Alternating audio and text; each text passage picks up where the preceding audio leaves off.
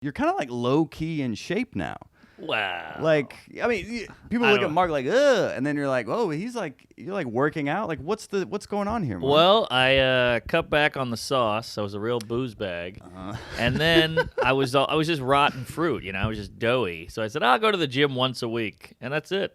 You just go once a week? I just go once a week. I used to box. I got really into boxing for a while, but my trainer guy fell off. We'll get to that later. But and I was like, I don't want to meet a new guy and all that, so I just gave up on the boxing thing. But now I just do little dumb tricks. When you're on the subway, I just lift my feet off the ground. It's like a little OCD thing that gets the abs going. Yeah. There's always time to do.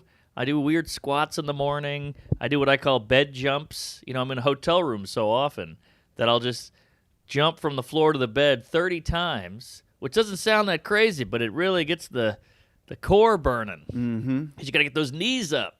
So give it a whirl if you ever get feeling chunky. And what are the squats? What are the squats you do? I have weird squats. I have zero thigh. I have no thigh meat. It's just femur. And is that femur? Is this the femur? I think this is your femur. Yeah, right? it's just femur. And so I just go up and down, and I do that 50 times, and that burns. And you squeeze your butt on the way up. I've seen all these things. I saw this on YouTube, and I just stole it. But I'm in a hotel room so much that I have to do a prison workout kind of shit. Mm-hmm. Yeah, you act like you're not doing anything, and then you just rattled off like 4 things. I guess you're right. But those only take like 3 minutes each. So I'm in and out. I'm done in half an hour. And you do that, you said once a week, but is it daily? No, I do that every day. And then the gym, I go once a week.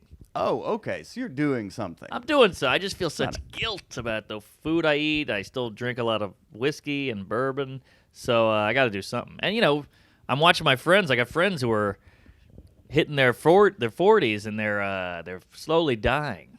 Yeah. So I'm scared of that. I'm 35 now, so I got to get cooking. Yeah, that's what I'm 31. And I'm at the tipping point where it's like, all right, you can't just get away with anything anymore. It starts to kind of, karma will hit you. It hits you. It's a bitch. I used to just drink 100 beers. Not 100, but I just drink a bunch of beers all night. I would just drink. And now I'm like, oh, that beer is this many calories. It's like, I hate it. I'm that guy, but you got to worry. But have you seen an uptick in your professional success as your health has taken I think an uptick? so, yeah. I've noticed that too. Yeah, personally. I mean, look at John Mulaney, Dan Soder, Joe List. All these guys who got sober and just took off. Yeah. So I like booze too much to quit. So I just said, all right, I'm just going to tamp it down a little bit and not just black out 4 nights a week. But I'll still get drunk. I just won't black out. So I have my little, what do you call it, compromises. Okay. You'll still drink, but you have the self-control tonight. Yeah, I mean, I had 3 whiskeys last night. And on a Thursday? On a Thursday, and lived it up, and then you just brought chicken fingers. I'm eating that. So, I'm still living, goddammit. Hot breath.